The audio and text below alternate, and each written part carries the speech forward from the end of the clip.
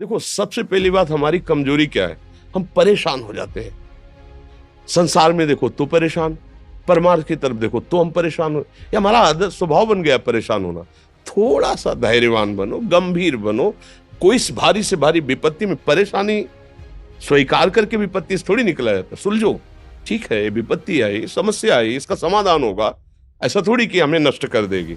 अगर अभी हमारी बड़ी हानि हो जाती है, हम कल इससे बड़ा लाभ प्राप्त कर सकते हैं। हमको एकदम बिल्कुल गंभीर रहना है, इतने कमजोर नहीं बन जाना।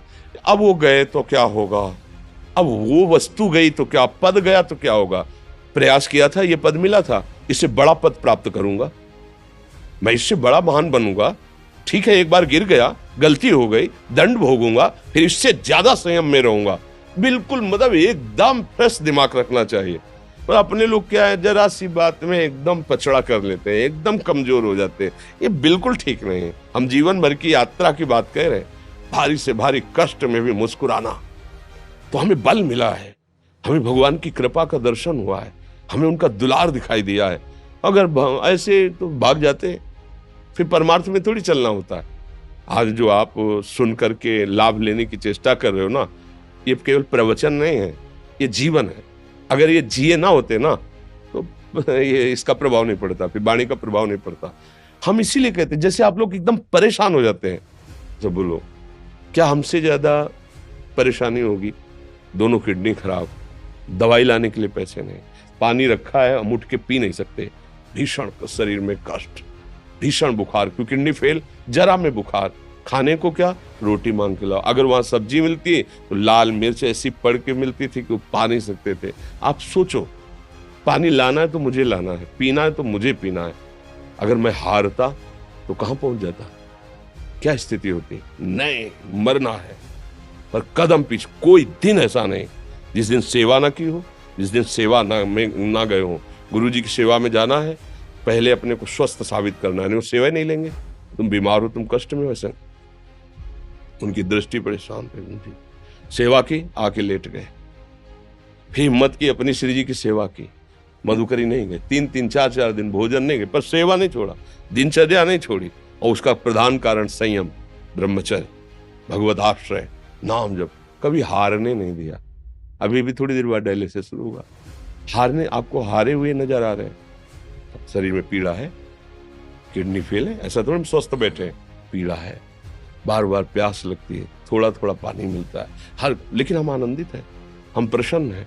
हम लड़ाई में हारे नहीं हैं, ना हारेंगे, हम जीत चुके हैं।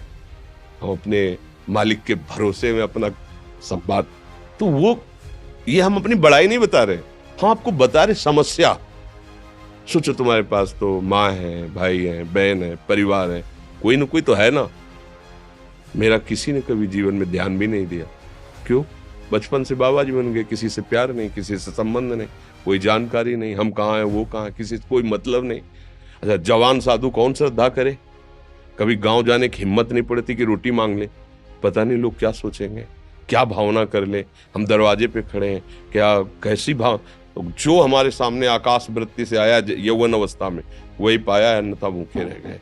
जब हम हर समय अपने को विवेक के द्वारा सावधान रखे, तो हम कभी निराश नहीं हुए, कभी उदास नहीं हुए, कभी ऐसा नहीं लगा कि यार हम दुखी, कभी नहीं लगा। उसी का फल है कि उस सुख का संकेत मिल गया जहां दुख की निशानी भी नहीं है। वही उसी के बच्चे हो, हम सब उसी धातु से बने हुए हैं। हम इतना क्यों परेशान हो जाते हैं? हम ये देखते हैं, अपने लोग थोड़ी बात बिगड़ गई परेशान, नहीं बिगड़ी तो बिगड़ जाने की संभावना में परेशान है।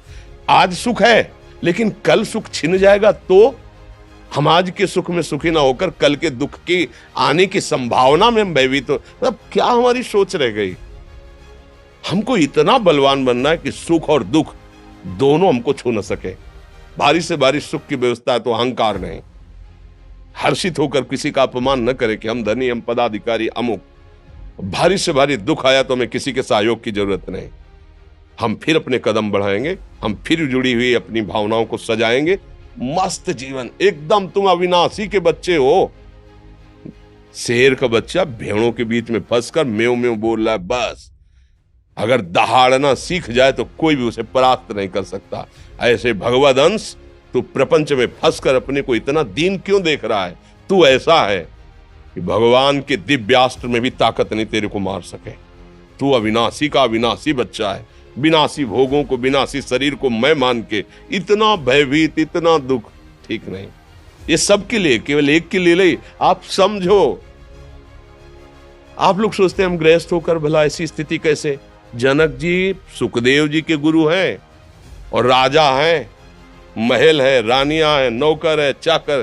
क्या सुखदेव जी जिनके शरीर में लंगोटी भी नहीं है, दिगंबर, परमहंस के गुरु हैं जनक जी जो राजा हैं। समझो, आप ऐसा ना सोचे कि हम नौकरी कर रहे हैं, हम संसार में, हम गृहस्थ हैं, हम आध्यात्मिक की ऊंचाई पर नहीं चढ़ सकते। नहीं, आप एक सरकारी नौकरी या आप किसानी या व्यापार करते हुए आप एक अध्यात्म की ऊंचाई में चढ़ सकते हैं। और अध्यात्म ही है जो तुम्हें इस माया के दुख सुख से ऊपर उठा सकता है। दूसरा, चाहे जितनी संपत्ति आ जाए, आप सुखी नहीं हो सकते। सब देख लो, आंख खोल के देख लो। अध्यात्म ही है जो तुम्हें हर कष्ट सहकर मुस्कुराकर जीने का रास्ता बता देगा कि आप आनंदित हो जाओगे। कुछ नहीं बिगड़ा। अध्यात्म है तो कुछ नहीं बिगड़ा, अध्यात्म नहीं है तो कुछ नहीं बना, कुछ हाथ नहीं लगने वाला।